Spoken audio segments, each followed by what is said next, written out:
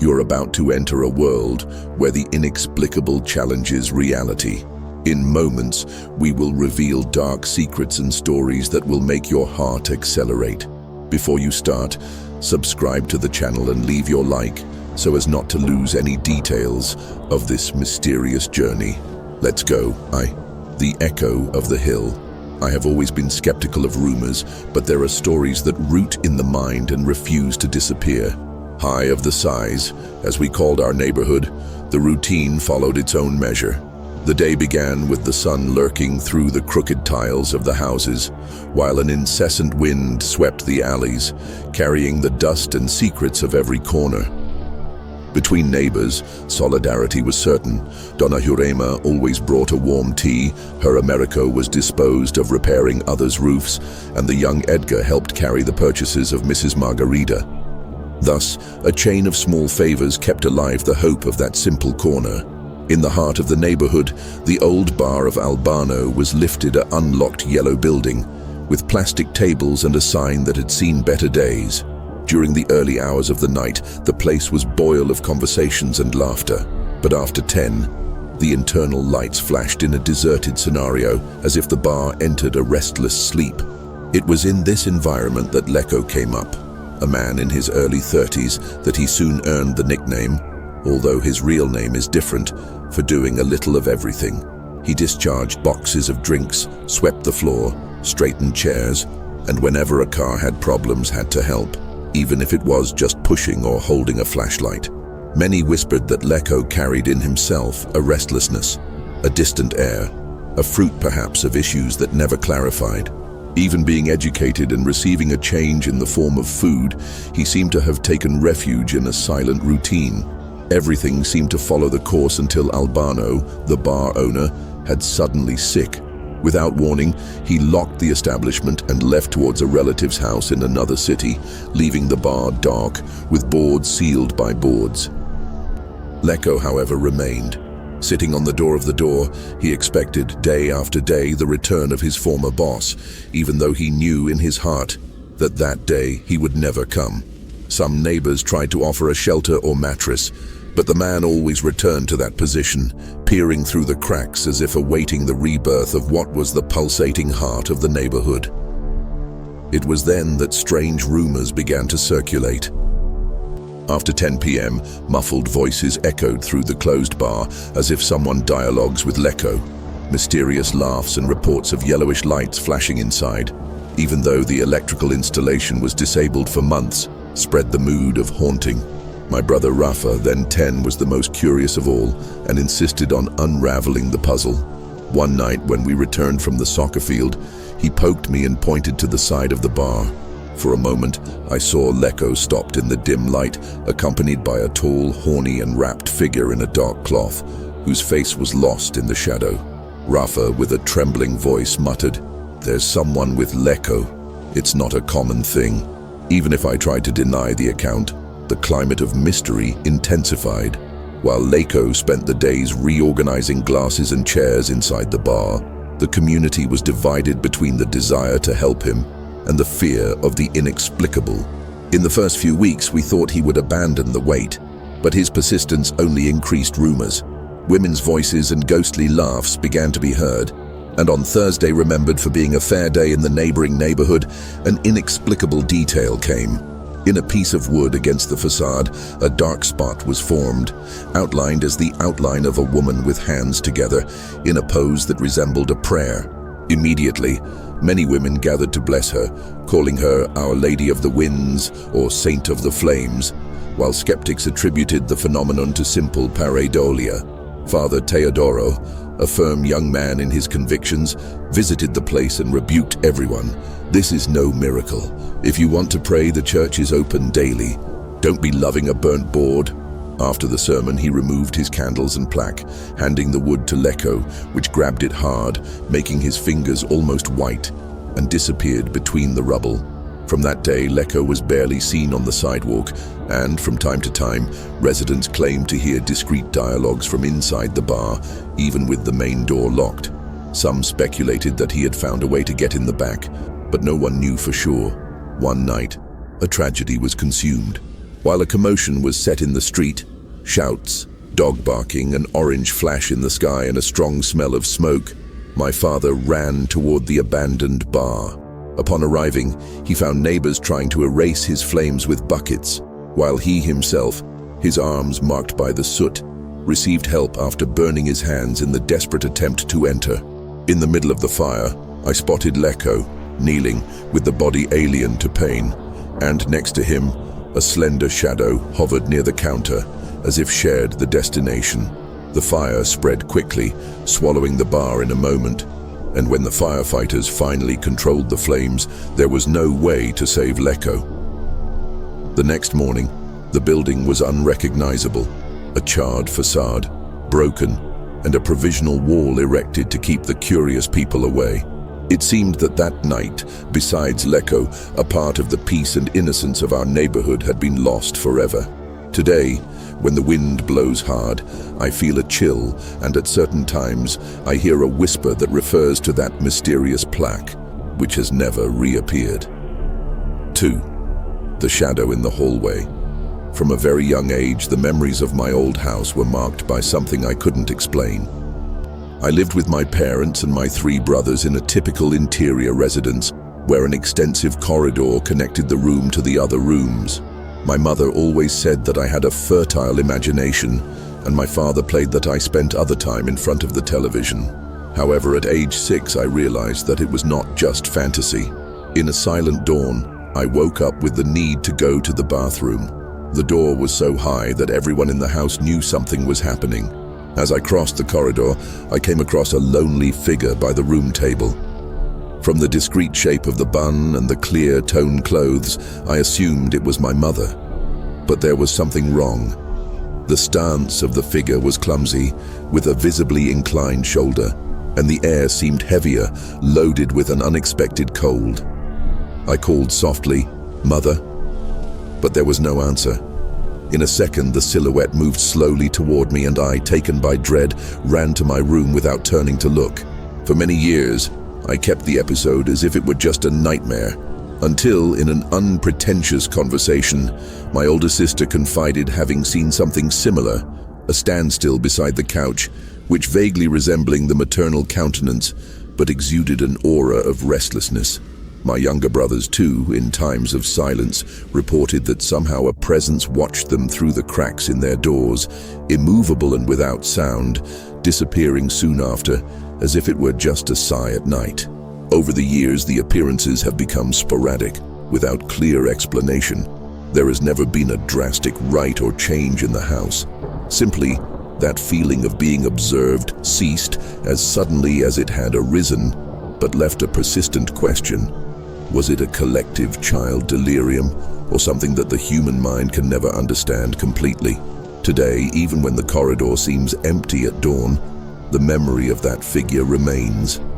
A silent shadow that refuses to go out. 3. The Weave of the Sertão. In December 2021, on the penultimate semester of the geology course, I participated in an expedition that would lead us to a remote corner from the interior of Piauí. Professor Teodoro chose an almost untouched piece of the Caatinga, where the roads were almost non-existent. The merciless sun and the vegetation, made up of twisted cacti and shrubs, barely offered shadow. The trip involved 4 robust vehicles, capable of facing the bumpy stretches that connected the municipality to our study area. Upon reaching relatively flat terrain, near a dried and protected stream by a few twisted trees, we divide ourselves into groups. We were 15 students. In my team I was Leandro, who had taken the lead in an improvised way, Juliana, Vitor, and Bruna. Each group worked in separate areas, but sufficiently close so that our eyes intersect from time to time. On the first day, with temperatures beating 40 degrees C, we climbed a small elevation to analyze sandstone outcrops. When the sun became unbearable, we looked for a thin shadow corner to refresh us and take a break. It was then that Vitor walked away to meet a natural need. A few minutes later, he returned panting, with a look that mixed fear and disbelief. According to him, as he walked away, he glimpsed something between the shrubs. 2 long, bulbous legs, which moved with rapid and almost human steps, such an agile movement that nothing resembled any known animal. Despite the initial jokes, Vita's account spread a growing tension between us. On the second night, after an exhaustive day at work, sitting around a simple meal, Leandro, always attentive, commented that a severe and prolonged howling seemed to come from the woods, a sound that none of the local animals could reproduce. Juliana and Bruna also reported having felt a strange presence, as if something observed them from the shadows. Victor, particularly, kept a restless look at every sudden noise in the darkness. On the fourth night, the weather reached a critical point.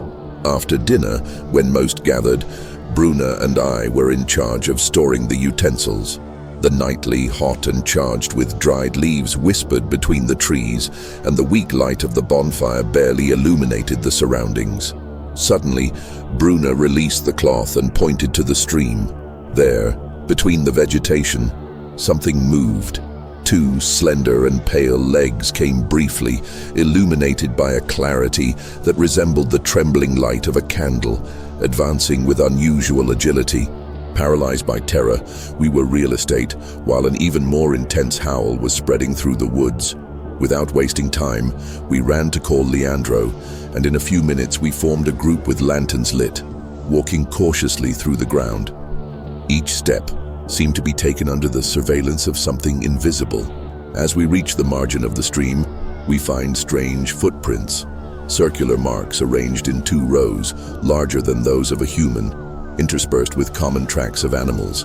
Professor Teodoro, confused, considered the passage of cattle, but there were no signs to confirm such a hypothesis. The next day, a small team returned to the scene to register the tracks in the sunlight. However, everything seemed to have been erased by the wind and dust, as if the mystery of that night had dissolved in the immensity of the backlands. Even so, the climate of apprehension remained, and when, on the 10th day, we dismantled the camp, we carry with us the feeling that we could never explain or capture the essence of that phenomenon. Upon returning to the city, Vita confided to a resident that the howls and apparitions were part of an old local legend about an extreme drought-dried being.